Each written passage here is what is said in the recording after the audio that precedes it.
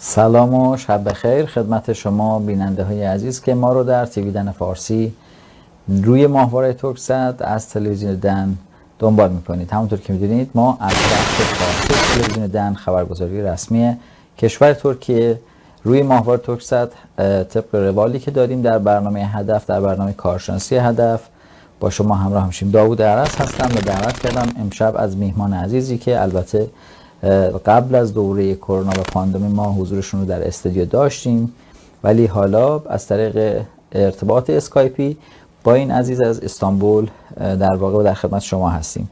جناب آقای بهزاد احمدیه، وکیل رسمی دادگستری در کشور ترکیه، عضو کانون وکلای ترکیه. عرض کنم خدمتتون که جناب احمدی اگر صدای من رو دارید سلامی داشته باشین خدمت بیننده ها تا من بگم که چرا ما شما رو دعوت کردیم و این برنامه در خدمت شما هستیم.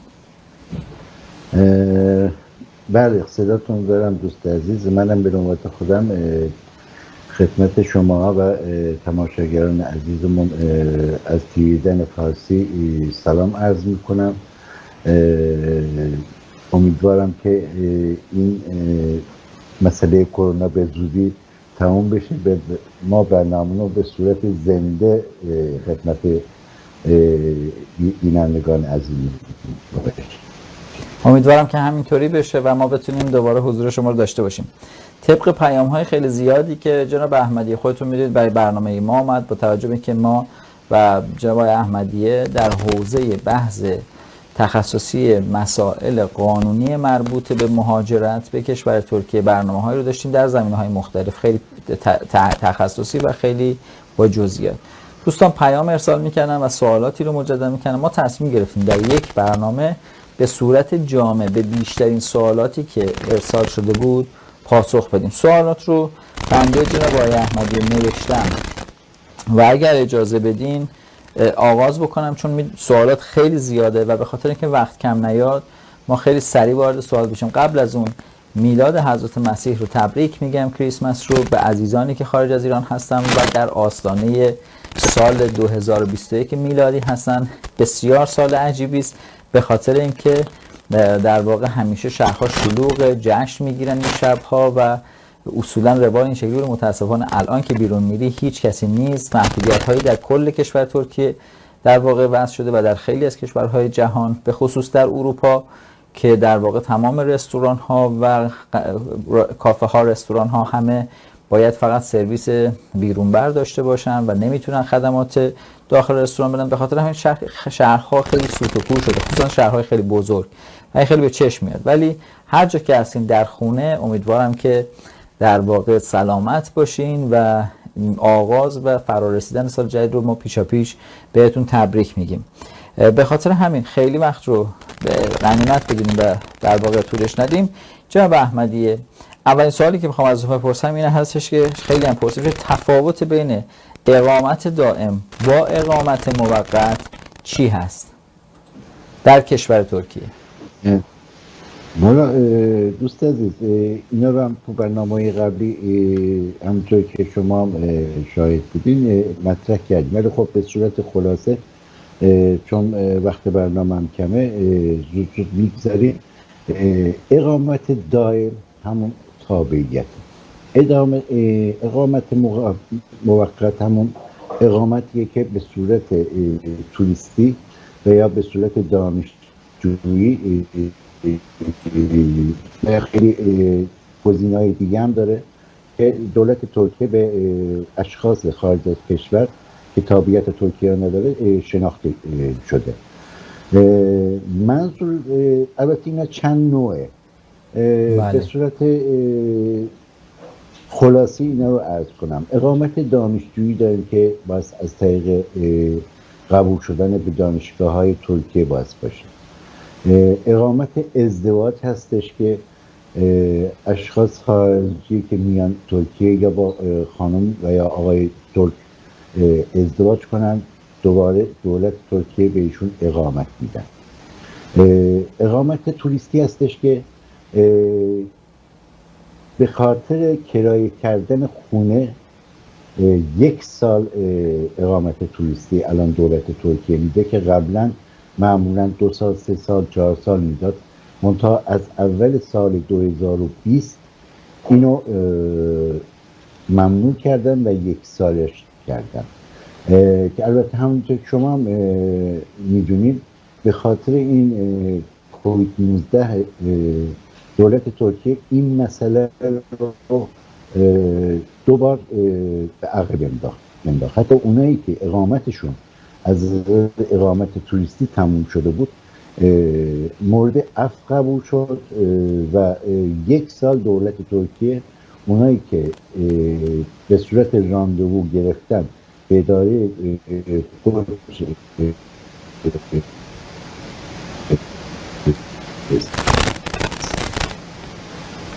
سر زده بودن که از طریق باز کردن شرکت به افراد میدن، افراد خارجی. این هم یه نوع اقامته. از طریق سرمایه گذاری هم میشه زیر اقامت موقتی که زیر در واقع مبلغ 250,000 دلار هم حالا حدوداً بین 50 60 70,000 دلار اگر خرید بکنید به بالا، اون هم شامل حالشون میشه. یعنی سند ملکی به نام شما بشه که حالا حداقل 50,000 دلار 60,000 دلار ارزش واقعی داشته باشه، سند درستی باشه و اگر کارشناسی بکنن مشکلی براش پیش نیاد. درسته؟ بله. البته من به اونجا میخواستم بگم یکم که بیشتر خارجی الان ترجیحشونه، چون که همونطور که اشاره کردم دولت ترکیه از طریق کرایه کردن خونه الان دیگه بیش از 1 سال اقامت توریستی نمیده. معمولا الان بهترین گزینه همون که با سرمایه گذاری که به نظر من از 40,000 دلار شروع بشه بهتره، خرید خونه و ملکه که اینا دیگه مسئله 1 ساله مطرح نمیشه و هر سال و یا 2 سال به یک این اقامت تمدید میشه. بله، اتفاقا نکته جالبی رو اشاره کردیم. ما یک برنامه هم داشتیم بحث سرمایه گذاری در ترکیه، جناب مهندس راد ایشون مهمان ما بودن. حالا ما در زیر برنامه که در پستمون میذاریم آدرس اینستاگرام ایشون هم میتونید برید در مورد بحث سرمایه گذاری هم بپرسیم. ایشون اشاره خیلی خوبی کردن، گفتن که نه این که 30,000 دلار نمیشود ملک خرید و سرمایه گذاری کرد، موضوع اینه که ممکنه اون ملکی که شما زیر 50,000 دلار 60,000 دلار در ترکیه میخرین ارزش سرمایه گذاری کردن نداشته باشه و شما سرمایه‌تون رو به خطر و ریسک بندازین. توصیه نمی‌کنیم که همچین کاری بکنید، ولو اینکه حتی اگر با 30,000 دلار 35,000 دلار 40,000 دلار هم بتونید در واقع ملکی بخرین که اقامت بگیرین، از نظر سرمایه گذاری کار درستی نیست. از نظر قانونی هم شما توصیه نمی‌کنید که این کارو بکنن. قانون نوشته گرفتن غیر منقول، یعنی همون ملک. بله. منتها اونجا حدی و یا چیزی نذاشتن که آره باز مثلا 10,000 دلار باشه و یا 100,000 دلار باشه. منتهای مراتب از نظر اجرایی اقامت توریستی از طریق گرفتن خونه معمولا اینو مد نظر میگیرن که معمولا مثلا یه خانواده به فرض خانم و آقا میان اینجا و یا 2 تا خواهر و برادر حدود 100 میلیون حدود به فرض 15,000 دلار یه خونه میخرن که اینا معمولا از نظر اجرایی زیاد ترجیح اون کارمنده و یا اداره گوچ نمیشه. بهتر این که سرمایه گذارشون یکم بهتر باشه که مطمئن‌تر باشه، بعد مطمئن‌تر باشه و الا از نظر قانونی یه حدی نذاشته. البته از نظر تابعیت حد گذاشته که قبلا میدونین 1,000,000 دلار بود، الان 250,000 دلار.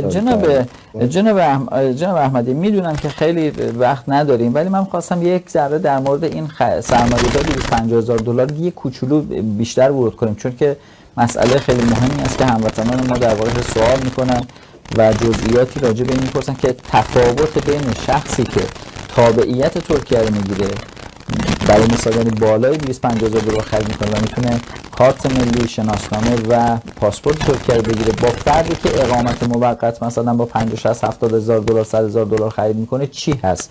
چه مزایایی از نظر قانونی شامل حال اینها میشه؟ ببینید همونطور شما هم که فرمودین از نظر قانونی 50,000 دلار یه مقدار بالاش تابعیت حق همشهروندی کشور ترکیه رو به شما میدن. یعنی این تابعیت استثنایی ما میگیم، استثنایی وطن داشته میگیم. ولی از نظر اینکه خونه بخرید شما اقامت بگیرید که از نظر قانونی هم اون کسایی که یعنی اشخاص خارجی که معمولا بیش از 5 سال که اونم شرایط داره دولت ترکیه اقامت داشته باشه میتونن بعد 5 سال به تابعیت ترکیه سر بزنن. منتها اینجا باز نمیشه چون که اقامت اینها اقامت توریستیه، یعنی بعد اون 5 سال نمیشه. منتها خب از نظر ازدواج مثلا 3 سال گفته از نظر قانونی، از نظر یعنی 3 سال بعد از اینکه با یکی از اتباع ترکیه عزیزان ما ایرانی ازدواج کنن، خانم ترکیه آقای ترکیه ازدواج کنن، بعد از 3 سال که به این عزیزان اقامت میدن، بعد از 3 سال میتونن برن درخواست بکنن و پاسپورتشون رو بگیرن تابعیت ترکیه رو اگر در تعهد ازدواج همچنان باشن، چون میدونم که در واقع از اداره اقامت حالا این دفتر مسئول اینها میان چند وقت یه بار چک میکنن که شما با هم زندگی میکنید، یه وقت سوری نباشه این ازدواج، دروغ نگفته باشین به دولت ترکیه و حالا این مسئله داره تا بعد از 3 سال پرونده رو به جریان بندازه. بله میفرمایید. بله اون مسئله ازدواجم خوب شد یه مقدار من وارد شدم. منتها خب این هم شرایط داره از نظر قانون مدنی ترکیه و یا از نظر که به تابعیت ترکیه همشهروندی ترکیه رو بگیرن. ولی یه خانم و یا آقای خارجی بیاد با تابعیت ترک باشون ازدواج کنه، بعد 3 سال میتونه به تابعیت ترکیه که شرایطش رو داشته باشه میتونه سر بزنه. این شرایط از نظر قانون اساسی به دولت ترکیه لطمه نخورده باشه، نمیدونم جرمی نداشته باشه، یه مقدار ترکچه یاد گرفته باشه. مهمترینش اینه که مثل یک زن شوهر تو یه خونه، مثل یک خانواده اینا با هم دیگه باید زندگی کنن و اینو در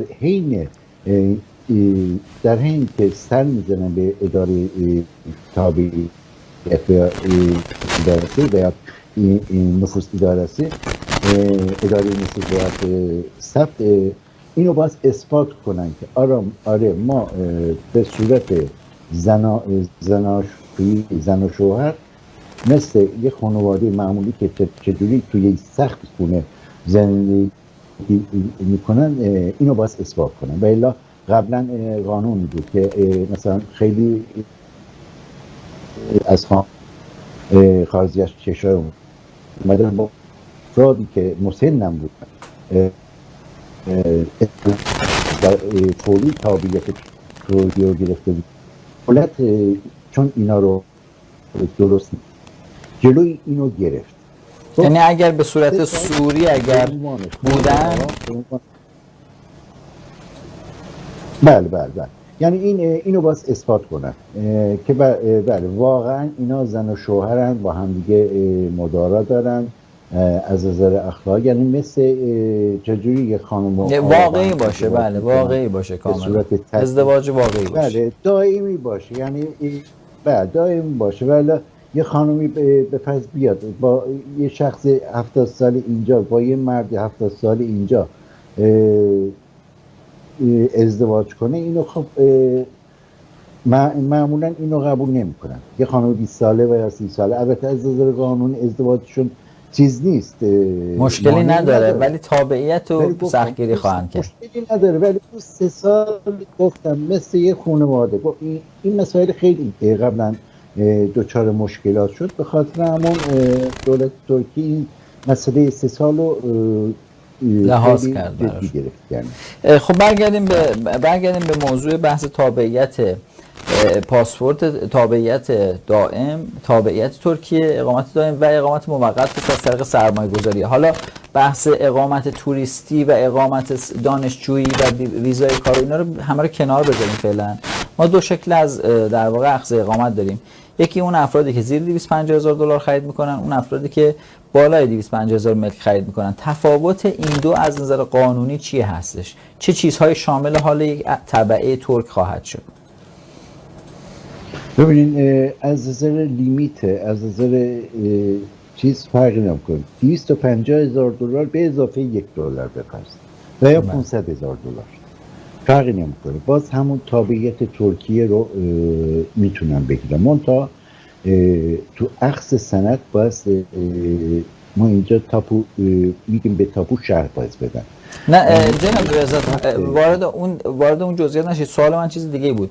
گفتم تفاوت اون افرادی که شهروند ترکیه میشن، یعنی بالای 250,000 دلار خرید میکنن، با افرادی که زیر 250,000 دلار سرمایه گذاری میکنن، از نظر قانونی اینا چه تفاوتایی دارن؟ یعنی حقوق قانونیشون چی هستش؟ اونو که ذکر کردم دوست عزیز، اونی که بالای 250,000 دلار خرید به سرمایه گذاری میکنه در عرض 2 ماه 3 ماه و یا 4 ماه تابعیت ترکیه رو میتونه به دست بیاره.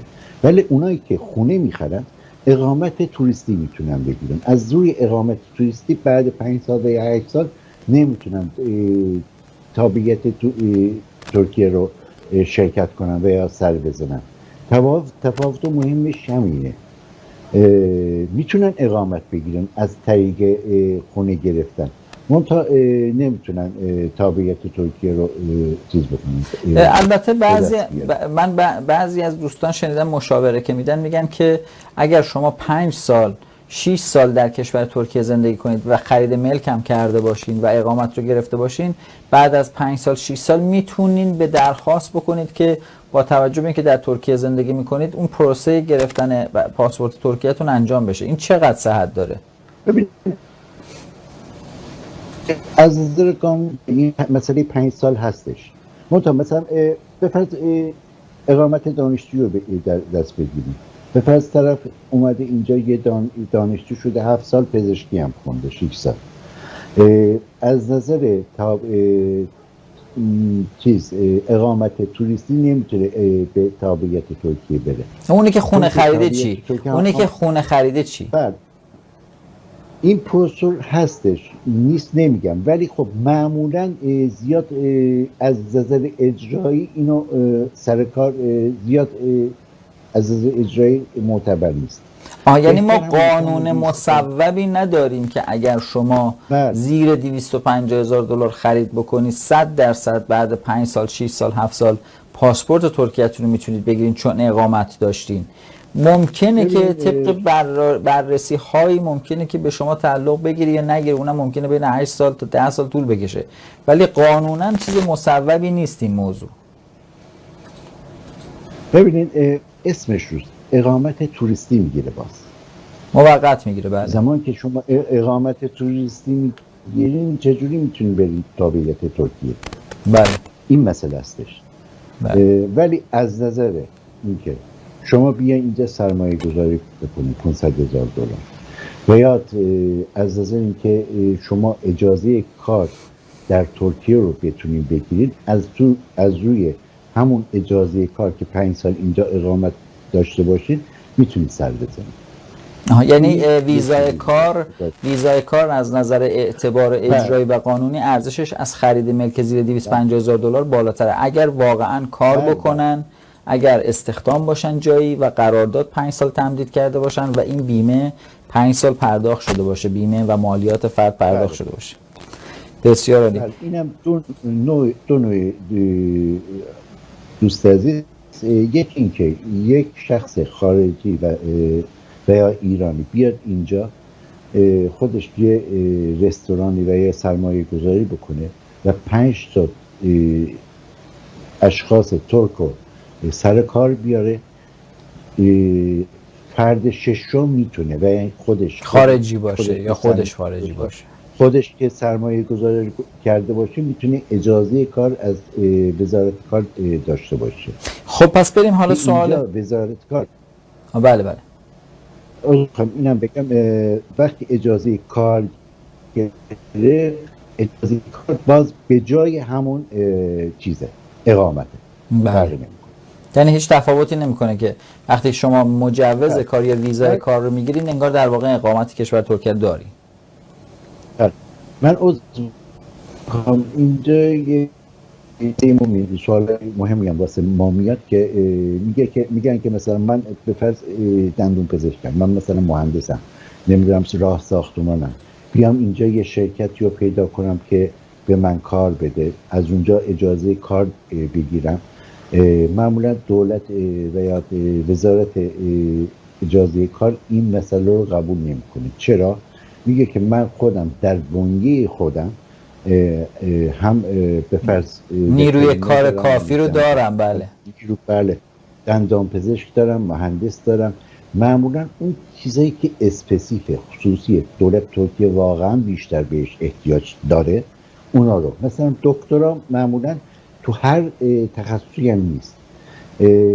اجازه وزارت کار اینو تو بنیه خودش بررسی کرده، گفته آره ما به این افراد متخصص احتیاج داریم، ولی هر کسی که فارغ تحصیل دانشگاه هست تمام دنیا هم باشه، اگه دولت خود ترکیه که در بنیه خودش متخصصان احتیاج داشته باشه، اینا رو میتونه استخدام کنه و اجازه کار بده. درست. مثلا اینه. این سوالا خیلی پیش میاد. آره من فارغ تحصیل فلانم، بیام اونجا یه شرکت واسه اجازه کار بگیره، ولی نه، معمولا نمیدن. این مسئله مهمه. بسیار عالی. عرض کنم خدمتتون که یکی از مسائل خیلی مهمی که همونطور که شما عرض کردین، گفتین که در مورد بحث ویزای کار و اینها، شما حتما باید، خیلی از دوستان حتی به تلویزیون با ما تماس میگیرن، میگن شما میتونید برای ما اجازه کار بگیرین، چطوری و اینا. ببینید اول باید تخصص شما نیاز باشه. یعنی وقتی که ما حتی به عنوان تلویزیون یا هر جای دیگه شما وقتی درخواست میدین که شخصی رو به کار بگیرین، از شما توضیح میخواد که برای من توضیح بده که ایشون چرا باید استخدام بشه و چرا این تخصص در اینجا نیازه و چطور ما خودمون در ترکیه این نیروی کار رو نداریم. یعنی این 3 مورد رو شما باید بتونید در اون توضیحاتتون که میفرستین برای اون شخص، توضیحاتی که به رزومش مربوط میشه میفرستین، برای که تایید بشه. فرستادنش مشکل نداره، این که تایید بشه خیلی مهمه. کما اینکه متاسفانه امسال به خاطر اینکه خیلی از عزیزان ویزای توریستی، اقامت توریستی صادر نمیشد، خیلی از عزیزان رفتن و درخواست اجازه های کاری کردن که اینا اکثرا سوری بود و ما شنیدیم که میزان قابل توجهی از اینها تایید نشد و حتی افرادی که واقعا کار میکردن هم تمدید نشد، به خاطر اینکه دیدن آمار در واقع درخواست اجازه کاری یه دفعه در سال 2020 بالا رفته. خیلی از افرادی که واقعی هم کار داشتن میکردن اونها هم در واقع متاسفانه دچار مشکل شدن و مال اونها هم تایید نشد، چون دولت ترکیه فکر میکنه که اینها همش سوریه و شما باید برین دوباره درخواست بدین و از طریق دادگاه شاید دوباره پیگیری بکنین و خیلی مسائل دیگه که حالا جناب بهزاد ممنون میشم یه توضیح هم در مورد این بگم.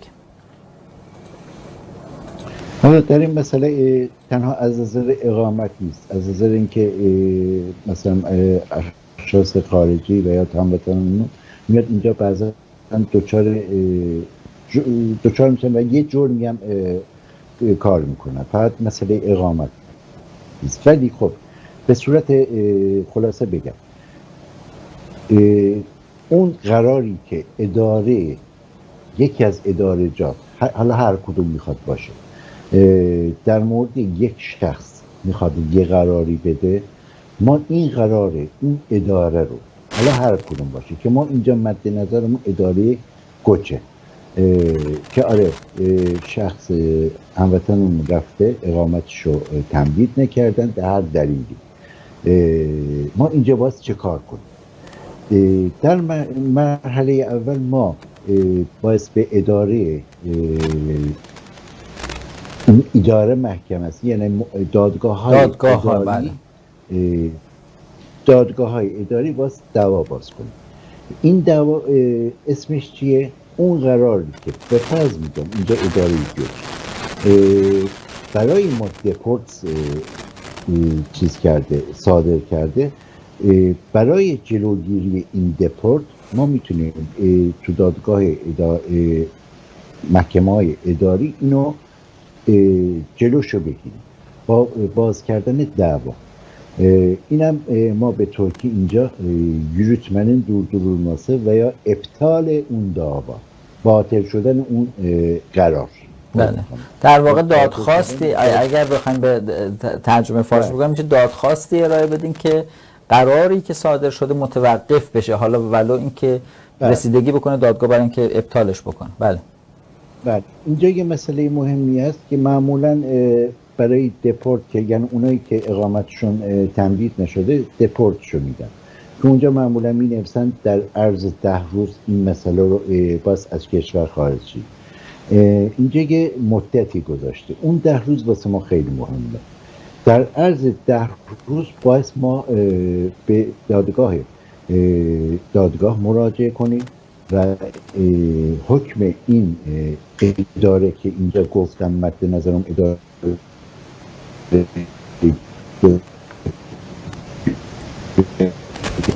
ما اقامت داده، اونو ما میتونیم اینجا از نظر اجرایی قطعش کنیم تا زمانی که از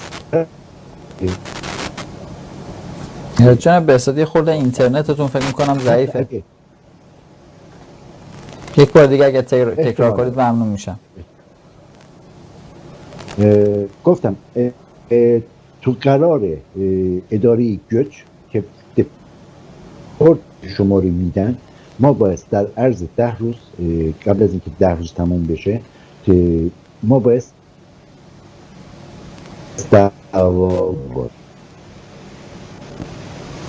یعنی باید ظرف برای هر شهری بعد اداره اقامت، اینطور که من متوجه شدم اداره اقامت میاد و اگر حالا به هر شکلی اگر شما جرمی مرتکب شده باشین، اگر بدون که با ویزای توریستی داشتین فعالیت کاری انجام میدادین، هر چیزی که با قوانین ترکیه همسو نباشه و شما نقضش کرده باشین، میان شما رو دیپورت میکنن، یعنی حکم ترک خاک به شما میدن و 10 روز به شما فرصت میدن که خاک ترکیه رو ترک بکنید.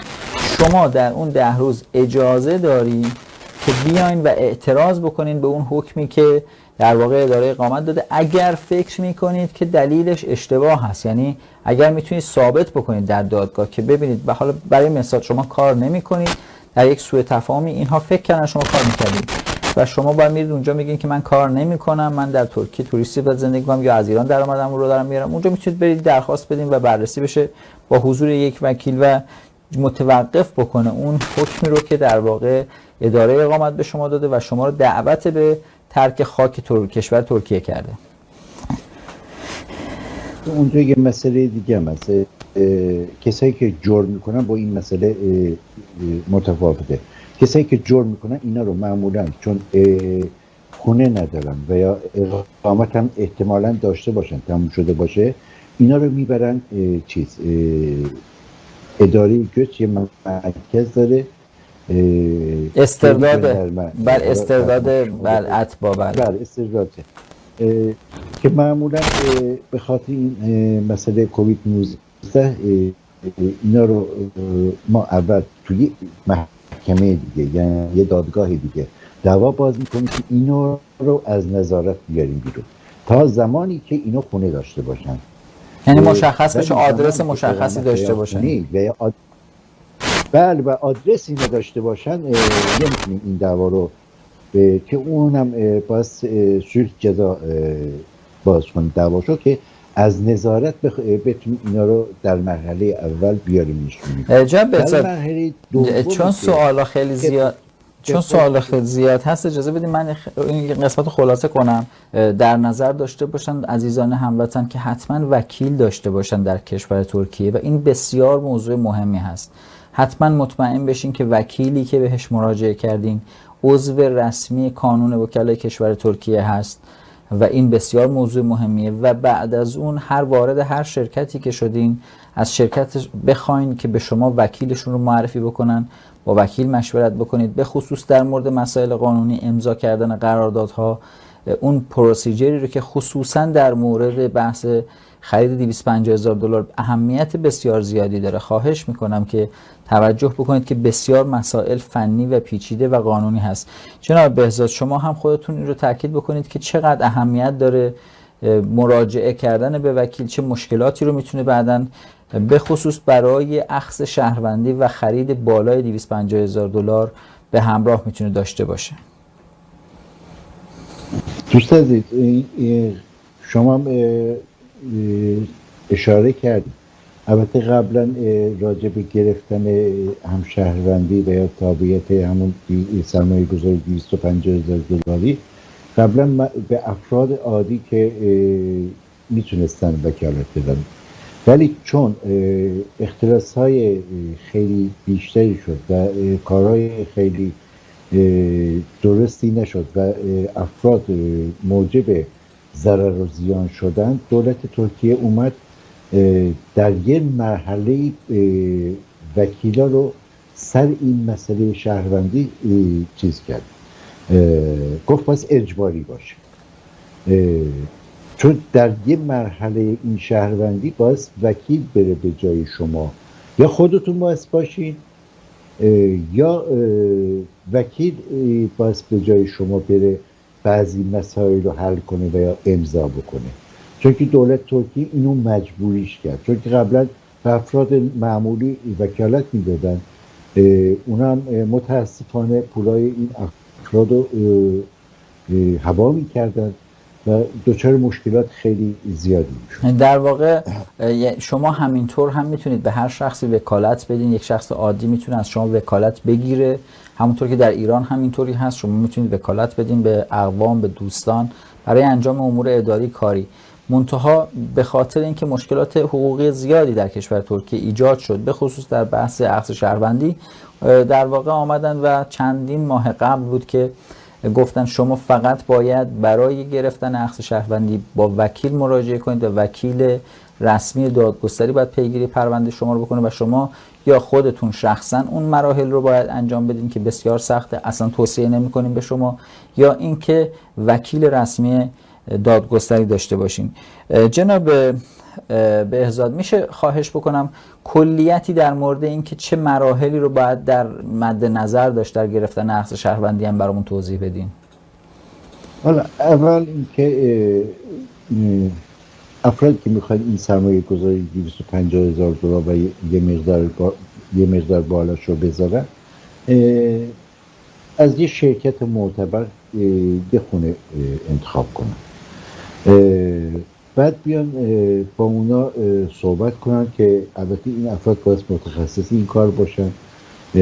گفتم خیلی اشخاص هستن که مثل املاکی ها که اینجا ما خیلی املاکات خود ترکیه خیلی املاکی داریم که اینا اصلا ثبت اداره مالیاتی نداره که خیلی مسائل پیش میاد واسه ما. بیان با این شرکت قشنگ بشینن، صحبت کنن، خونه‌شون رو بخرن. اینجا فقط مسئله 250,000 دلار نیست، معمولا حتی شما میدونین که میگن که با 100,000 دلار، با 150,000 دلار ما میتونیم واسهتون شهروندی بگیریم. حتی من 2 هفته پیش شنیدم یا 2 ماه پیش هم شنیدم 50,000 دلار میدیم واسهتون شهروندی میگیریم. منتها خب اینا از یه لحاظ میگن قانونی، ولی من میگم نیست، چون که اینا اون پول رو میگیرن به اون کسی که اینجا سرمایه داره خونه رو به اسم شما میکنه، منتها از شما تعهد میگیره که نباید 3 سال بفروشین، اون خونه رو اجاره میده، از روی اجاره هم این شخص پول در میاره، دوچار اشکالات میشین. توصیه هم اصلا این کار رو نکنید. یه مسئله مهمی هم که اینجا هستش، این سرمایه گذاری که شما میکنید باید از حساب شما یعنی شما که خریدار هستین از حساب شما به حساب فروشنده بره. که قبلا میدونید تو خرید و فروش ها یه مقدار بیانو میدن، اون بیانو به هیچ وجه دستی ندین، اینا باعث مشکلات بزرگی میشه، چون که این پرداختی هایی که شما به عنوان خریدار میخرید این باز از حساب بانکی به حساب بانکی فروشنده بره. و الا اداره ثبت اسناد زمانی که این برگه های شما رو نگاه میکنه، دکانت های بانکی و همون برگه های بانکی شما رو مورد مطالعه قرار میده. یعنی این رو من اجازه بدین یه خورده توضیح بدم دوستان. خیلی موضوع خیلی مهمی است که جناب بهزاد داره میگه. من فقط میخوام اینو سریعتر توضیح بدم که اگر دوستان جای متوجه نشدن کامل درک بکنن. باید پول از حساب شخصی شما در کشور ترکیه به حساب فروشنده واریز بشه. یعنی شما قبل از اینکه اقدام بکنید که شروع بکنید مراحل پرداختتون رو و فیش های پرداختتون رو ثبت بکنید، باید حساب بانکی در کشور ترکیه داشته باشین که اون هم خودتون میتونید داشته باشین، وکیلتون میتونه برای این حساب رو باز بکنه. در باز کردن حساب دقت بکنید که اطلاعات رو درست بدین و بعد پرداخت ها، فیش های پرداختی باید مورد تایید در واقع بانک باشه، مورد تایید دولت ترکیه باشه که بعدا مشکلی پیش نیاد. در مورد اون خریدهایی که توصیه کردن جناب بهزاد هم اگر بهتون گفتن $100,000 بدین، $150,000 بدین، توصیهشون این بود که انجام ندین این مراحل رو. این مراحل میتونه در دراز مدت در سال بعد براتون مخاطره داشته باشه و مشکلاتی رو به همراه داشته باشه و توصیه کردن که این کار نکنید. همون $250,000 خرید رو انجام بدین. فیش ها باید قابل پیگیری باشه، پرداخت شما باید شفاف و مشخص باشه که برای شما مشکلی پیش نیاد. مورد دیگه هم هست که جناب آقای بهزاد بهش اشاره بکنید؟ گفتم که بعضی شرکت ها میگن که آره مثلا ما این خونه که شما میخرید از روی $250,000 به ما واریز کنید، در صورتی که قیمت اصلی این خونه به فرض $170,000 $180,000. خب حالا $5,000 عرض میخوام $10,000 این بر اون بر زیاد مهم نیست، ولی اینجا کارشناس هم میاد خونه شما رو بررسی میکنه. طبق اون راپور کارشناس اداره ثبت اسناد این سند خونه شما رو میده. اون راپور به صورت درست انجام گرفته نباشه باز اونجا مسائلی پیش میاد. یعنی باید حتما بحث کارشناسی که میشه ملک شما واقعا $250,000 ارزشش باشه. خیلی وقتا خیلی از عزیزانی که این کار رو انجام میدن میگن ما برای شما کارشناسی $250,000 به بالا رو هم میگیریم. دقت بکنید که مراقب باشین که ملکی که خریداری میکنید حتما بالای $250,000 ارزش واقعی داشته باشه، نه اینکه کارشناسی رو بیارن طبق یک شرایطی زد و بندی انجام بدن که خیلی کم البته ممکنه پیش بیاد و برای شما یک همچین گزارش بدن. جناب آقای بهزاد یک مورد دیگه هم بفرمایید. ارزش واقعی که اشاره کردین، چون که دولت از اون ارزش واقعی مالیات میگیره و هر سمتی هر مجتمعی واسه خودش یه قیمت داره. شما یه خونه $250,000 نمیتونید بیاید $300,000,000 یا $200,000 میخوام نشون بدید. هر سمتی واسه خودش ارزشیابی داره از طرف شهرداری اون منطقه.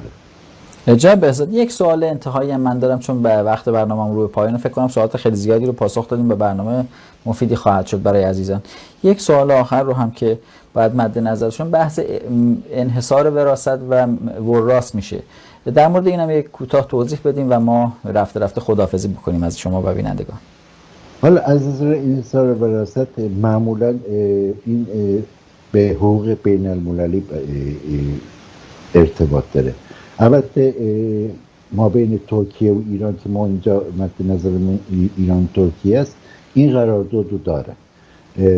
از نظر میراث بفرض یه شخصی اومد اینجا یه خونه خرید، بعد فردا خدایی نکرده این شخص، اینو به عنوان مثال میزنم که تماشاگران عزیزمون راحت بفهمن. نمیخوام به کلمات حقوقی اونا رو دوچارش کنم. اینجا اومد به فرض مرد، این خونه چی میشه؟ این خونه از نظر میراثی قوانین تابعیت اون شخص قرار میگیره. به فرض قوانین ایران اینجا چیز میشه، بررسی میشه از نظر میراث. منتها از نظر تقسیم این مسائل به فرض پولی، مسائل ترکیه، مسائل حقوقی ترکیه مد نظر میشه. اینجا یه مسئله دیگه هم هستش، اینه که به فرض یک کسی اومد اینجا خونه خرید، مرد، بچه‌هاش و یا اونایی که میراثی هستن، موریثشون هستن، نمیتونن دوباره اون میراث اون خونه رو دست داشته باشن، میتونن اونو بفروشن به عنوان پولش رو بگیرن. آها، یعنی اگر شخصی اینجا خرید ملکی انجام بده و فوت بشه، وراث نمیتونن اون ملک رو تصاحب کنن و درش زندگی کنن یا ازش در واقع فوایدی داشته باشه، فقط میتونن این ملک رو تبدیل به نقدینگی بکنن و اون در واقع انحصار وراثت بکنن طبق قوانین ترکیه به اون شکلی که حالا ترکیه این رو انجام میده. بله، اینا رو ما به صورت سطحی میگیم، چون که اینا مسائل خیلی بغرنجیه، تو داره، ولی از نظر ما اینجا غیر منقول میگیم خونه رو و زمین رو. اون چیزایی که غیر منقوله، یعنی قابل نقل، مثل ماشین، حسابای بانکی، اینا از نظر قوانین ترکیه تحت میراث این اشخاص قابل اجرا میشه. بسیار. این یه مسئله خیلی بزرگ و پیچیده است. انشاءالله در برنامه‌های بعدی اینا روش قشنگ میتونیم صحبت کنیم. بله، واقعا باید بحث انحصار وراثت رو میشه خیلی جدی و خیلی دیتیل بهش پرداخت. من یک توضیح رو میدم. ما آدرس اینستاگرام جناب آقای بهزاد رو زیر اسمشون همونطور که میبینید هک کردیم. شما میتونید وارد پیج خودشون بشین. اگر سوالات حقوقی دارین در صفحه خود ایشون بگذارین. بعضی از دوستان میان کامنت میذارن در دایرکت پیج تیویدن فارسی. عرض کنم عزیزان، اینجا پیج صفحه ما توسط یکی از همکارانمون که ادمین پیج هست اداره میشه و ایشون به مسائل حقوقی وارد نیستن. خواهش میکنم، ما در زیر برنامه، زیر پست ها آدرس ایشون رو قرار دادیم، آدرس اینستاگرامی که ایشون پاسخگو هستن اونجا قرار گرفته شده. وارد پیجشون بشین، در دایرکت سوالاتتون رو مطرح بکنید. اگه خواستین باشون در تماس باشین، ایشون میتونن راهنماییتون بکنن. سوالات خیلی زیاد هست. جناب بهزاد، برنامه رو به پایان هست. دوستانم از اتاق فرمان مدام دارن میگن که وقت ما تمام شده. ممنون که با ما همراه بودین مثل همیشه و لطف کردین تخصص و در واقع اطلاعاتتون رو با ما سهیم شدین و با هموطنان ما در سراسر دنیا. من از شما اگر اجازه بدین خداحافظی کنم، شما هم از بینندگان. منم به نوبت خودم به همه شب بخیر میگم تا این ساعت ما رو همراهی کردن. هر مشکلی، هر از نظر حقوقی، هر سوالی داشته باشن، همینطوری که شما فهمیدین میتونن با من به صورت رایگان تماس بگیرن. خیلی لطف دارین شما. به همگی شب بخیر میگم. شب شما هم بخیر و ممنون از اینکه مجددا دعوت ما رو به این برنامه قبول کردید. ممنون بینندگان عزیز ما در تیویدن فارسی، بخش فارسی تلویزیون دن، خبرگزاری رسمی کشور ترکیه که تا این لحظه همراه ما بودین. وقت ما دوباره طبق معمول به پایان رسید و من از شما در این لحظه خداحافظی میکنم. ممنون که ما رو همراهی کردین. پیام های گرم شما باعث میشه که ما دلگرم باشیم و بتونیم برنامه ها رو تولید بکنیم. متاسفانه ما برنامه هایی رو در دست تولید داشتیم که به خاطر پاندمی کرونا متاسفانه جلوگیری کردیم از تولید اینها، به خاطر اینکه همکارانمون نمیخواستیم ریسک بکنن و بیان و تولید بکنن. امیدوارم که به زودی مشکلات حل بشه و ما بتونیم که اون روندی رو که برای بخش فارسی تلویزیون دن در نظر گرفته بودیم زیر نظر تولید بین الملل به جلو ببریم و گسترش بدیم تا اونجا که بتونیم این کار انجام میدیم. ممنون که ما رو همراهی میکنید. برای ما پیام بفرستین. سوالی اگه داشتین حتما برای ما ارسال بکنید و شما رو تا برنامه دیگه به خدای بزرگ میسپارم. شادزی مهر افزون.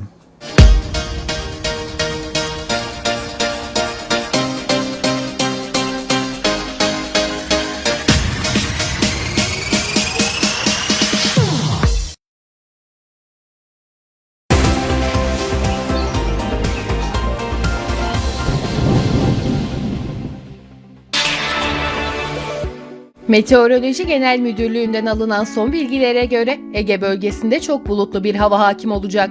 Tahmin edilen en yüksek ve en düşük hava sıcaklıkları ise şöyle. İzmir sağanak yağışlı en yüksek 16, en düşük 13 derece. Aydın sağanak yağışlı en yüksek 17, en düşük 11 derece.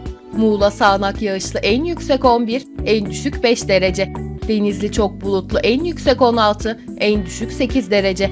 Manisa çok bulutlu en yüksek 15, en düşük 11 derece. Afyon çok bulutlu en yüksek 10, en düşük 2 derece. Uşak çok bulutlu en yüksek 12, en düşük 3 derece. Kütahya çok bulutlu en yüksek 11, en düşük 7 derece olması bekleniyor.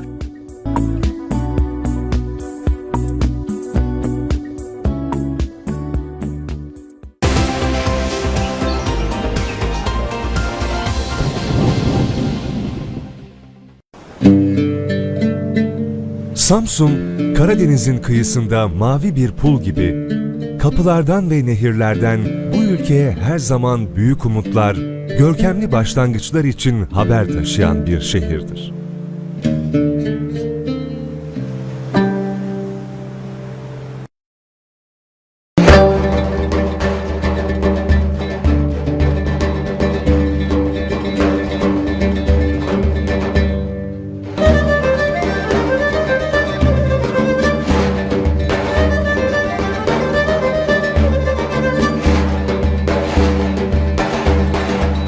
Tarih atlasının sayfaları hangi dönemden söz ederse etsin, Hititlerden Romalılara dek birçok uygarlığın mekanı olan Samsun bu sayfalarda mutlaka yer alır.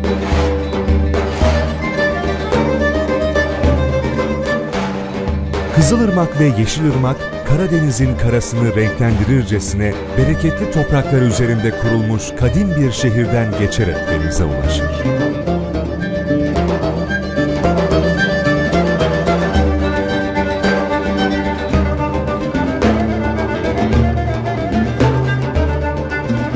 Kral mezarları, Amisos Tepesi, müzeleri, Kurtuluş mücadelesinin simgesi anıtları, Doruk'u karlı dağları, dört mevsim çiçek açan yaylaları, her karesi kartpostal gölleri, gökyüzüne akan bir nehir gibi yükselen ormanları, şifalı kaplıcalarıyla, kısacası yeşili ve mavisiyle Samsun büyüleyen bir şehirdir.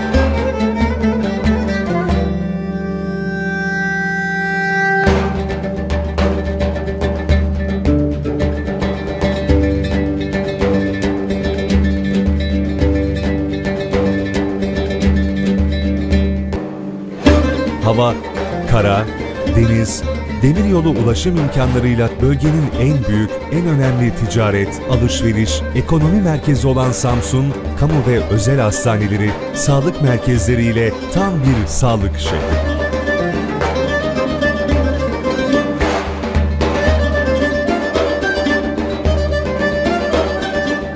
Karadeniz bölgesinin en önemli ve vazgeçilemez şehri olan Samsun, iki güzide üniversitesiyle bir öğrenci şehridir. Modern tesisleri ve altyapısıyla Samsun bir spor şehridir.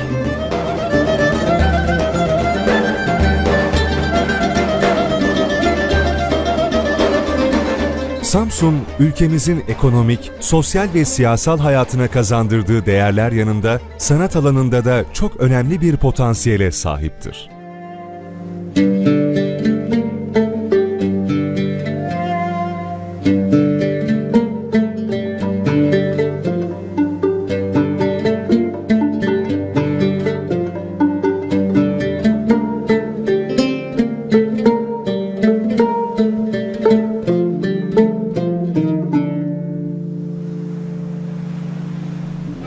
Karadeniz'in Anadolu'ya, Anadolu'nun Karadeniz'e açılan kapısı olan Samsun, milli mücadelenin ve onun öncüsü Mustafa Kemal Atatürk'ün şehridir.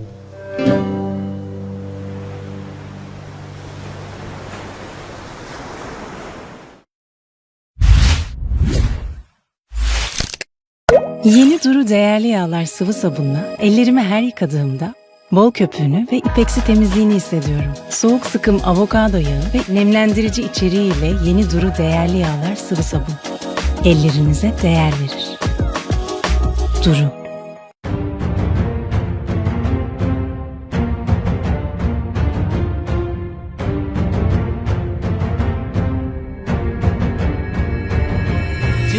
Aydın. Aydın'ımızın ulusal yüzü. Objektif, tarafsız, güçlü bir televizyon kanalıdır. Hayırlı uğurlu olsun diyoruz. 6. Anadolu Medya Ödülleri'ni açıkladı. TV'den televizyonu da yılın yerel televizyonu ödülüne layık görüldü.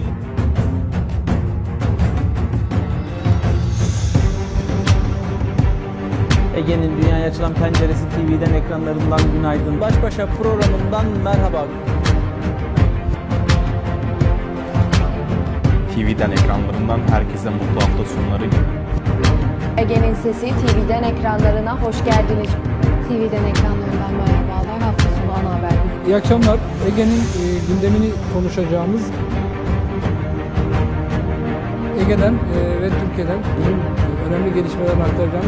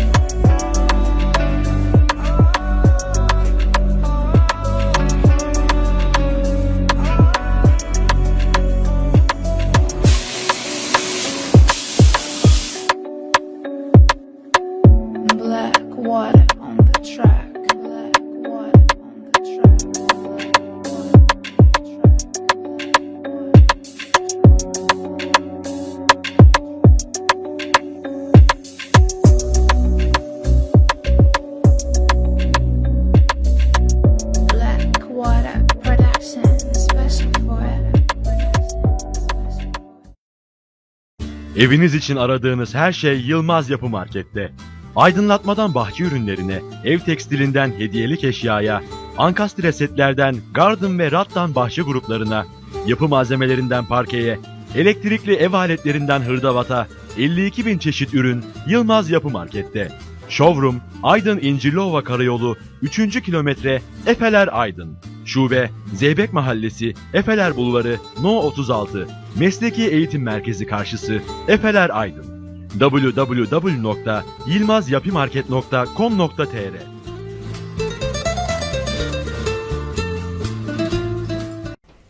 Virüsler yüzünden hasta olmaktan çok korkuyoruz.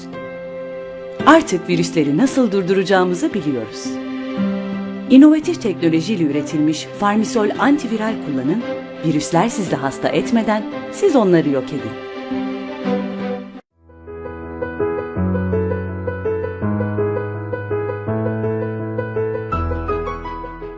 Tarım ve Orman Bakanlığı tarımda dijitalleşme adına çok önemli bir projeyi sizlerle buluşturuyor. Çiftçimizin alın teri ve binbir emekle ürettiği ürünler dijital tarım pazarı sayesinde değer fiyattan tüm alıcılar ve üreticiler ile artık bu online platform üzerinden buluşabilecek.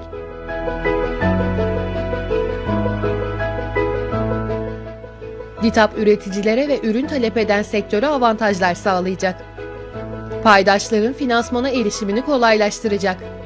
DİTAP sayesinde hem üretici, hem tüketici, hem de sektör kazanacak.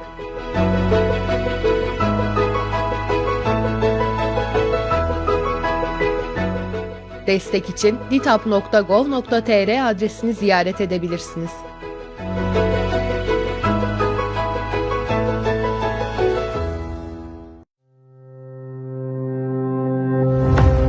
Başkentimizin güneye açılan kapısı, Eymir ve Mogan göllerine ev sahipliği yapan Gölbaşı. Ankara'dan Akdeniz'e ve Güneydoğu'ya ulaşım sağlayan karayolunun geçiş noktası. Gerçekleştirilen projemizde doğal güzellikleriyle dikkat çeken Gölbaşı'nın yaşam kalitesi artıyor. Başkentimiz için ulaşımda zamanın ve konforun değeri yeniden belirleniyor.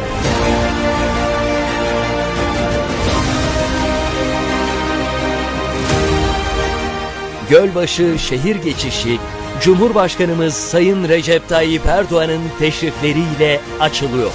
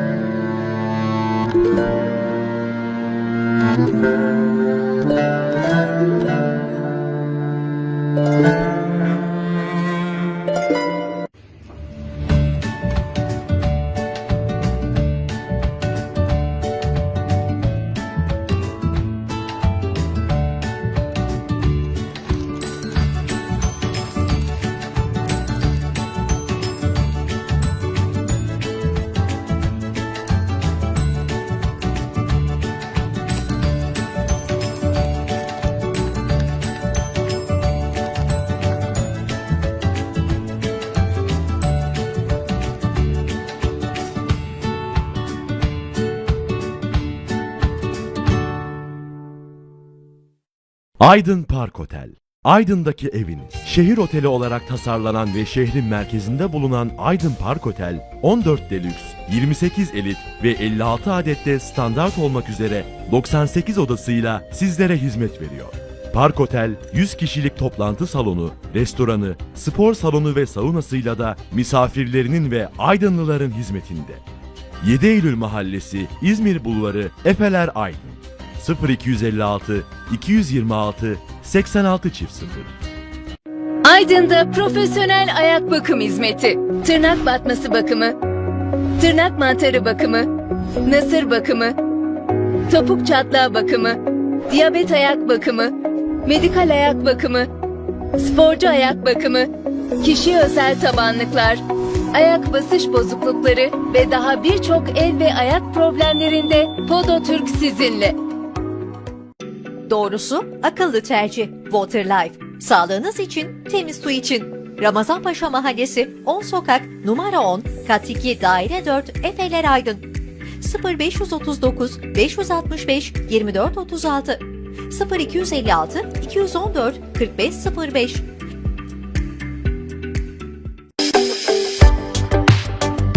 Düğününüz belki de en özel gününüz. Özel gününüzü doğanın içinde sevdiklerinizle daha da özel kılmak için Kaan Bey Çiftliği tam size göre.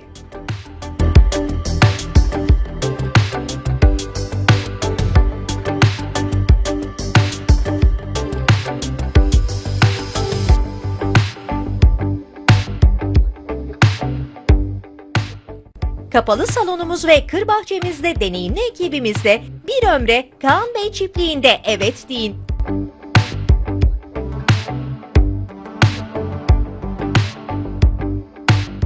Masalınızın başrolü sizde. Siz başrolün tadını çıkarın. Masalınızı unutulmaz kılmayı bize bırakın.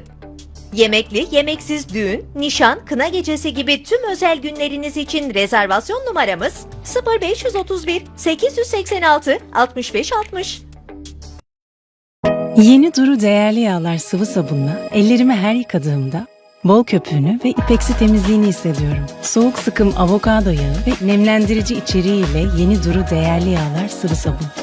Ellerinize değer verir. Duru.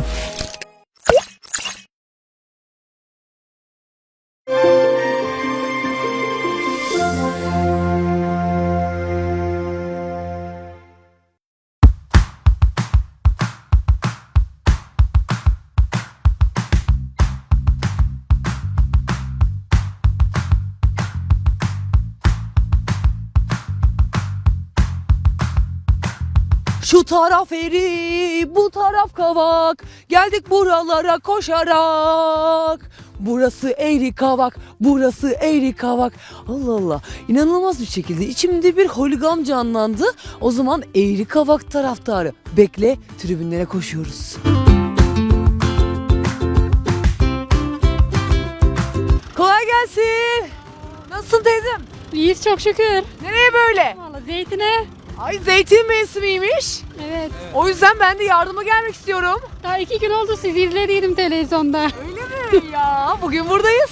Yanınıza geleceğim. Ne tarafa gidiyorsunuz? Tamam ben yardıma geleceğim. Çok güzel çırparım. Hızlı çırparım.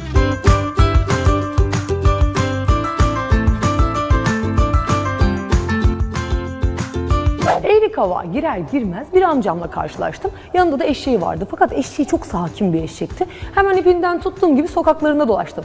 Eşeğe evcil hayvan muamelesi yaptım. Kedi köpekten korkarım ama eşekle aram çok iyi. Amcacığım. Amcacığım nasılsın, iyi misin? İyiyiz. Zeytin'e gidiyoruz, Zeytin'e. Zeytin'e gidiyoruz. Eşek nereye gidiyor peki? Eşek yük çekecek. Ay eşek yükleri çeker o zaman. Tabii. Ne bu eşeğimizin ismi? Eşek. Eşek değil adına. Sadece eşek mi diyorsun? Evet. Bir isim koymadın mı? İsim yok. Yok mu amcacığım ya? İsim yok. Peki bu biraz böyle bakımlı bir eşek. Sen bunu bayağı bakıyorsun gibi. Tabii bakıyoruz. Büyük bir eşek. Ben çok eşek gördüm. Böylesini ilk defa görüyorum şu anda. Bayağı böyle iri yarı. Eşek güzel. Vallahi. Ne zamandır sende? 5 seneden beri bende. Nasıl? Beş Bunun bakımı nasıl ya amca? Arpa veriyoruz. Bakın. Arpa veriyoruz. Evet. Buranın havası, suyu biraz daha bunu galiba geliştiriyor. Üstüne binebiliyor muyuz? Biniyoruz. Bineyim mi ben? Bin. Ama üstünde yük var bunun. Ben de üstüne yük olmayayım. Aman başına yük olmayayım. Çok korkarım yük olmaktan. Hüzünlü bakıyor zaten. Değil mi? Tabii. Tamam. Beraber götürelim amcam. Ben tutabiliyor muyum? Götürebilir miyim böyle?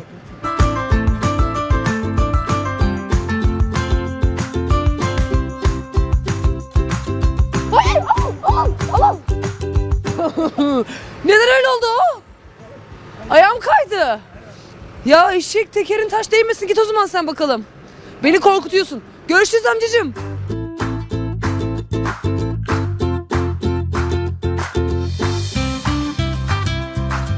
Burası da meydan galiba. Evet, burası Eğrikavak Meydanı. Evet.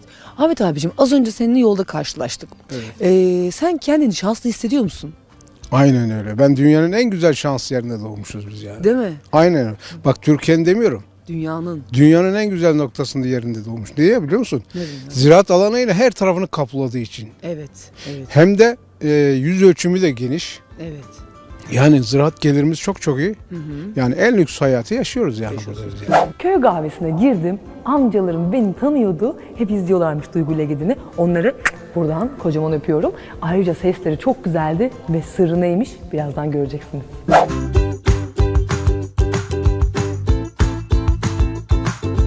Beni tanıyor gibisin sen. Ben sizi tanıyorum. Nereden tanıyorum? Televizyondan, TV'den. Allah, inanamıyorum ya. Buraya kadar sınırları aşmışım yani şu an. Diyeceğim ama aynı sınırdayız zaten. Hacıyı gösteriyordum size. Bu Duygu Dilek mi? Ben ne bileyim ya diyor. Vallahi. İyi ki gelmişiz buraya o zaman biz. Sizin ilkokul arkadaşı olduğunuzu duydum ben. Böyle bir bilgi edindim. İkiniz de ilkokulda arkadaşmışsınız. Evet. Kaçıncı sınıftan beri arkadaşsınız? 1. sınıftan beri arkadaşız. Allah Allah, kaç yıllık dostluk var burada o zaman? Ay hesaplayamadık bile. Sen kaç yaşındasın? Sen çıkar. Ben 55 senelik bir arkadaşlığın tam ortasındayım şu anda. Bir ilkokul arkadaşlığı, bir dostluk. Eğrikavak'ta başlayan ve Eğrikavak'ta devam eden bir dostluk bu o zaman. Evet. Peki amcacığım bir şey soracağım. Şimdi senin Safet amcanla işte o zamanlarda ilkokullarda yaşadığın hikayeler var mı? İlkokulda neler yapıyordunuz? vallahi bu çok yaramaz biriydi okulda. Vallahi mi? Çok şımarıktı. Allah Allah.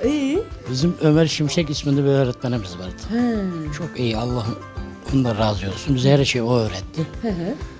O tabii bizi çok severdi. İkiniz de çok seviyor. Siz ikiniz kankasınız o zamanlar. Bizi çok severdi. Biz biraz daha özel olarak ikimizi fazla severdi. Ne güzel ya. Şimdi bunun yaramazlıklarına kızardı tabii. Bir gün buna dersten bu kaytarmak için numara yapalım dedi. Bugün o zaman tarih dersi öyle bir sıkı ki Tabii. biz en çok tarihten korkuyorduk. Tabii. Tabii o aşamada ben onayladım, okey dedim. He. Bunun sayesinde ben de kaytaracağım. Oo, ders kaynatacaksınız siz. Tabii. Şimdi bu dedi bana bir takat salladı. Neden? Daha bir şey yapmadı. Kaytaracağı zaman nasıl kaytarma? Kaytarma yönteminiz ne? Yaptık. Şımarıklık yaptınız tabii. Kaytarmak için kulüp arıyoruz. Tamam mı? Bunu o arada burnu çok kanardı. Vuruncaya kadar burnu kanadı. Burnu kanıyordu. Gidilen dedi yıka gel bunun burnunu dedi çeşmeye. Çeşmeyi vardım ben. O dedi ben bayılım dedi. Bayıl dedim. Hemen bayıldım. Bayılmış numarası yapacak. Attı kendini, bayıldı. Safet Ben amca. içeri gittim, hocam Safet dedim, bayıldı. Biz Baldıgül'de bu evini götürdük. Ben de kurtardım o işte. Paçayı yırttık. Biz o gün dersten bitti. Ders kaynadı. Böyle. Vallahi ya. Kaytam yönlerimiz vardı. Hep böyle kaytardınız yani siz. Bravo. Peki Sabit amca senin benim Nuri amcamla yaşadığın ilginç bir şey var mı? Şimdi sana yaramaz dedi o. Sen çok yaramazmışsın. Peki Nuri amcam yaramaz mıydı? Yok, o yok. Değildi. O, Hep sen abi. Sen şey yapıyordun. Safet Nuri amcam. kafası çalışıyordu. Yani bundan kafaları iyi çalışıyordu. Ama sen yaramazmışsın. Herhalde yani bilmiyorum işte. Başka yaşadığınız ilginç bir şey yok mu? Mesela ilkokullarda böyle sevdiğiniz bir kız var mıydı? Yok hanım duyarsa döver ben olmaz yani.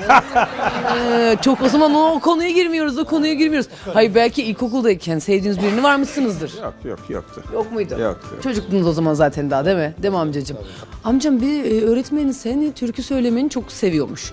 Ve sen türküler söylüyormuşsun o zamanlar diye duydum ben yan masadan. Bilmiyorum ben yan masanın yalancısıyım. Olmadı ya şimdi olmadı. Yok mu öyle bir iki cümle bir şey? Gitti hepsi aklımda gitti. Benim yerim vekil çıkar kahveci söyleriz.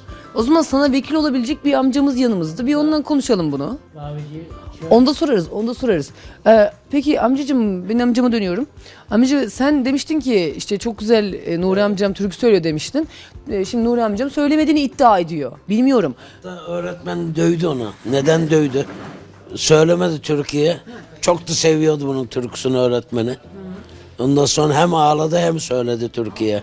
Peki o türkü neydi? Nasıl kamandım hem ağladım hem türkü söyledim kovuyla. O türkü neydi? Ben onu merak ediyorum. Söyle gari canım şuna. Tam böyle ortam oldu. Cümlelik ya amcam. Olmaz mı? Amcalarım olsun söylememiş olabilirler türkülerini ama sizinle sohbet ettik, sizinle tanıştık. Çok güzeldi. İlkokul arkadaşlığınız inşallah daha uzun sürer. Sen geldim bizden tanıştım. Memnun Vallahi oldum. biz de çok memnun olduk amcalarım. Musa amcacığım nasılsın, iyi misin? İyiyim, teşekkür ederim. Sağ ol. Siz nasılsınız? Ben de iyiyim, çok teşekkür ederim. Beni izliyormuşsun diye. İzliyorum, devamlı izliyorum sizi. Hiç kaçırmıyorum valla. Keklik gibi sekiyorsun maşallah. Öyleyim valla. Aynıyım ama değil mi? Tabii. Yaz orada 6 kilo fazlayım Musa amca. Yok canım, daha idealdesin. İdeal değil mi? Ama biliyorsun televizyon 6 kilo fazla gösteriyor. Gördüysen beni, Musa amcamı da inanın. Şu an 6 kilo daha az. Yok, formundasın. Formundayım. Ne yapacaksın? O formundasın. kadar oradan oraya atlıyoruz, zıplıyoruz mecburen. Tabii. Zayıflıyoruz yani. Musa amca peki bir şey söyleyeceğim. Bana bu köyde anlatabileceğin bir hikaye var mı? İlginç bir şey anlatayım sana. Kendim de anlatayım. Tamam. Minare yüksekliğinden uçtum, ölmedim. Öldürmeyen Allah öldürmedi. Bu ayağın topallığı oradan geliyor yani. Maşallah. Evet. Minarenin üstünde ne yapıyordun sen? Minareden yüksek yerden aşağı dereye uçtum, ölmedim yani. Ay maşallah, öldürmeyin Allah, gerçekten öldürmüyormuşsun. Şu anda bütün kanıtı burada. Musa amcam bunun kanıtı yani. 1976'da oldu bu olay. Nasıl düştün Musa amca? Ya zeytin dercesi sökerken adam koptu. Ben de arkasından gittim adam. Sen zeytin ağacı için yukarı çıktın. Söküyorduk, dibinden söküyorduk. Yani. İşte bak aslında hep şunu derler, ağacı asla sökmeyeceksin. Ama başka yere dikecektik. Oradan alıp başka yere, kayanın başından alıp başka yere dikecektik. Tabii. Sonra dikerken ağaç. Yıkıldı, ben de arkasından gittim. Peki Musa amca ağacın yıkılması normal değil mi? Zaten sökmeye çalışıyormuşsun. Ya kalktırdım artık gücümden, kendi gücümden kalktırdım yani. Ondan sonra sen de ondan beraber. Biz de onunla beraber gittik yani. Allah, nasıl bir histi o Musa amca? Ya o ana anlatamam yani. Değil mi? Baygınlık olmuştur. 1976'da olan bir olay bu. Ay Allah korumuş Musa amcam. Şu ayağın kireçlemesi oradan kaldı yani. Öyle. Musa amcacığım peki sana bir şey söyleyeceğim. Senin çok güzel bir sesin varmış diye ben duydum. O eskiden de artık. Eskiden mi olur Musa amcam Eskiden ya? de. Onu Sen yükseklerden atlamış bir insansın yani. anladın Onu mı? geçerim onu. Onu Yok geçerim. mu? Yok artık. Yok mu? Böyle bir Yaş peki- 63. Maşallah Musa amcam. Küçük bir parça var mı beraber söyleyebileceğimiz? Mesela Ne olabilir? söyleriz canım Allah Allah. O kadar Beraber söyle. ikimizin söyleyebileceği beraber söyleyelim. Mehtaplı gecelerde hep seni andım.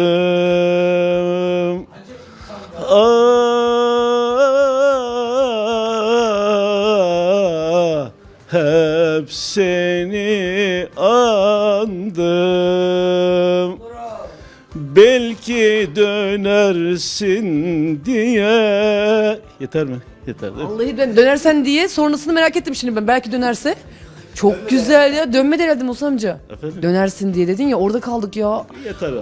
Ağzına Ses- sağlık Musa ses amcam. kaldı, Daha ne gerçekten. olsun? Daha ne olsun Musa amcam? Vallahi ağzına sağlık diyoruz, alkışlıyoruz. Alkışlıyoruz. Musa amcacığım ellerinden bir de öpmek isterim. Dünyada ne günler yaşadım gördüm. Bir bahar gibiydim, kışlara döndüm. Artık her arzumu kalbime gömdüm. Hayat sen ne çabuk harcadın beni. Gençliği gönlümden gitmez sanırdım. Hayat ben hep seni böyle sanırdım. Hı.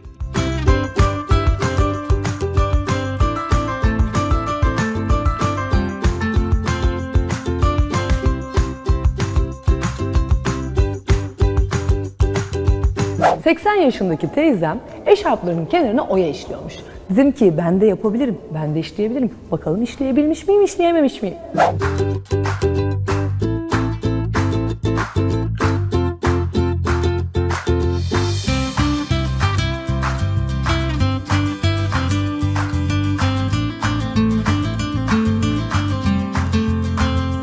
Teyzem vallahi şöyle bir uzaktan baktım, en güzel ev senin ha. Çok güzel manzara var. İnşallah. Teyzem sen bunları yapıyormuşsun. Yapıyorum.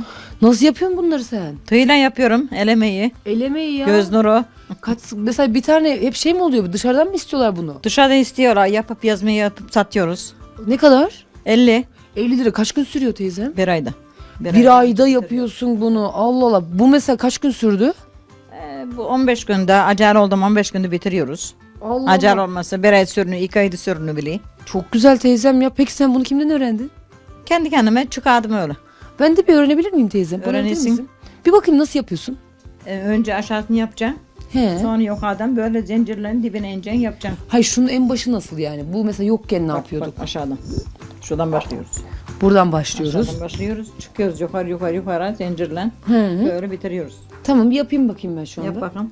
Bakayım bir elimde marifet var mı? Şimdi teyzem bir saniye. Bunu alıyoruz. Sonra? Dola parmağını. Böyle mi doluyorum? Dola. Doladım teyzem. Dola. Vallahi Tamam, biraz sıktım tamam, galiba teyzemin. tamam. Parmağıma bir şey oldu. Olur. Heh, tamam. Elle almak kolay mı? Elle Değil almak. deme. Deme teyzem. Şimdi? Ya zincire. Teyzem şimdi ne yapıyoruz? Zinciri. Böyle mi yapıyorum? Yap. Zinciri ör dedin, zincirin ne olduğunu bilmiyorum ki mi teyzem ya? Sen bulduk al bunu akşam ben sana öğreteceğim bugün. Şey değil mi? Hemen yapabileceğim bir şey değil mi? Yap, hemen yapamazsın. Zincir dedin. Annem bana gösterdi diyor ya. Ya ör. Yani ör dediğin şöyle. Ha. Sonra? Yap. Bir tane yap. Yaptım. Oradan geçeceksin. Buradan geçireceğim. Olmuyor teyzem. Yapamayacak mıyım ben bunu? Yapamayacaksın. Öyle mi? Kabiliyet yok sende. Evlenemeyeceksin sen. Yapma teyzem. Vallahi billahi kabiliyet yok dedin. Şu anda bütün izleyicilerim iptal yani.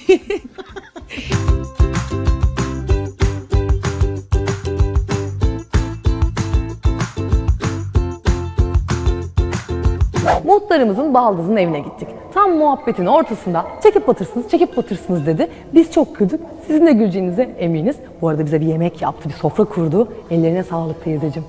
Hem komiksin hem marifetli.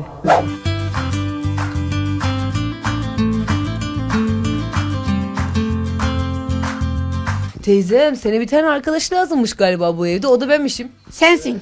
Ben miyim? Sensin. Şey yapayım mı? Teyze burada Telefon arkadaş geldi. edeyim mi ben sana? He? Öl bir şeyler sen kalan sen bana. He? Bir kızı lazım zaten. Kız yok mu? Kızım nerede? Yanımda mı? Gelin oldu gitti mi? Gelin oldu gitti. Oğlanlarını everdi. Oo. Senin benim gibi birinin mi ihtiyacın var İhtiyacım burada? vardı. Bir kız ihtiyacım vardı. Bugün geldim ben. Bugün buradayım. Salmam emme. Bırakmayacağım beni. Ben çekmadımsınız. Çekmadımsınız. Çıkıp batırsın teyze. Ama onu yapmam be. Ben seninle muhabbet edeceğim teyzem. Dur bakayım. Ondan sonra sen ne yapacaksın mesela? Ben buraya gelsem seninle arkadaşlık, seninle ev arkadaşı olsak. Homemade olsak biz seninle. Ondan sonra işte ev arkadaşı olsak ne yaparız mesela teyze? Ne yaparız? Kızım bir kahvaltı eder.